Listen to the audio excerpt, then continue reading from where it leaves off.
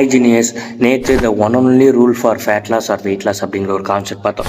So இன்றைக்கி நம்மளோட மெட்டபாலிசத்தை பற்றி பார்க்க போகிறோம். ஸோ சிம்பிளாக என்னென்னா மெட்டபாலிசம் நம்மளோட ஏஜை பொறுத்து டிஃபர் ஆகவே ஆகாது எனக்கு. ஸோ அது நம்மளோட ஆக்டிவிட்டியை பொறுத்து மட்டும்தான் என்றைக்குமே டிஃபர் ஆகும். ஸோ முடிஞ்ச அளவு ஸ்டே ஆக்டிவாக இருக்க பார்க்கணும். Walking, jogging, running R weight training, what ever. So நம்ம ஆக்டிவாக இருந்தால் போதும், நம்மளோட மெட்டபாலிசம் என்றைக்குமே பீக்கில் இருக்கும்.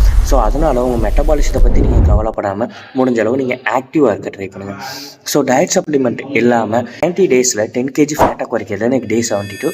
ஸோ நல்லபடியாகவே போச்சு. ஈவினிங் என்னோட கார்டியோ முடிச்சுட்டு என்னோட 12 hour ஷிஃப்ட் இங்கே வெல்ட்ரா ஒர்க் பண்ணுறேன் சவுதி அரேபியாவில். ஸோ அதை முடிச்சுட்டு மறுபடியும் மார்னிங் கார்டியோ 2.5 kilometers அதையும் முடிச்சுட்டு ஸோ நான் ஜிம்மில் ஹிட் பண்ணியிருக்கேன். ஸோ இன்றைக்கி என்னோடய ஷோல்டர்ஸையும் ஆப்ஸையும் ட்ரை பண்ணேன். ஸோ நல்லா தான் ட்ரெயின் பண்ணியிருக்கேன்.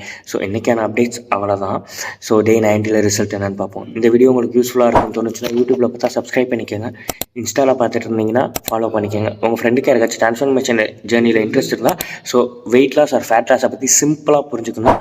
ஸோ மறந்துடாமல் இந்த வீடியோ ஷேர் பண்ணுங்கள். அவங்களுக்கு அப்கமிங் வீடியோஸில் இன்னும் தெளிவாக ப்ரீஃபாக பார்ப்போம். பாய்.